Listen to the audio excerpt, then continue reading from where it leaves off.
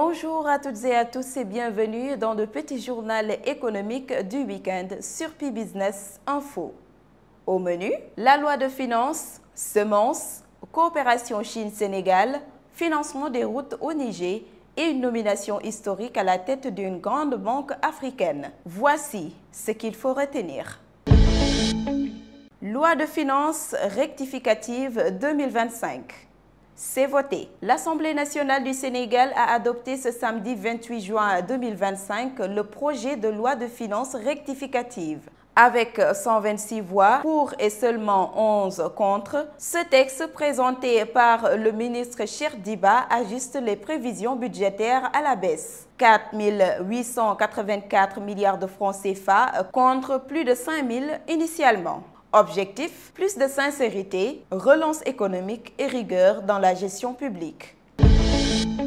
Arachide, 30 tonnes de semences pour la contre-saison. Du côté de Bombay, l'ISRA annonce la mise à disposition de 30 tonnes de semences de pré-base pour la contre-saison dans le bassin arachidier. 16 tonnes pour l'arachide, 2,5 tonnes pour le maïs et 7 pour le mil. Une ambition sur 10 ans est annoncée pour atteindre 350 tonnes produites par an en partenariat avec le secteur privé. Résultat visé, souveraineté semencière et sécurité alimentaire.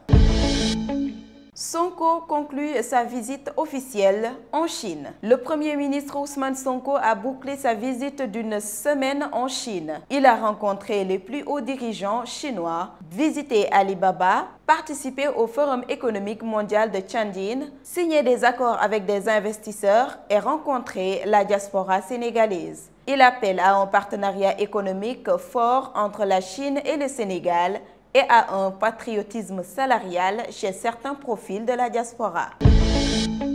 International, la BOAD injecte 25 millions de dollars dans les routes de Niamey. Cap sur le Niger. La BOAD débloque 14 milliards de francs CFA pour moderniser la voirie urbaine de Niamey. La finalité est de réduire les embouteillages, fluidifier le trafic et dynamiser l'économie locale. Dans une ville de 1,5 million d'habitants, ces infrastructures sont devenues une urgence vitale pour les mobilités et les échanges commerciaux.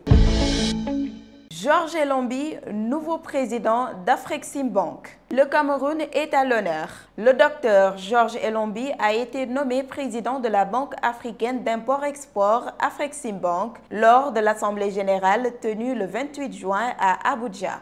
Ce juriste, formé à Yaoundé et à London School of Economics, devient le 4e président de la banque. Il entend faire d'Afreximbank un levier d'industrialisation pour l'Afrique et porter ses actifs de 250 milliards de dollars d'ici 10 ans. Une avancée majeure pour la diplomatie économique camerounaise et la sous-région Afrique centrale.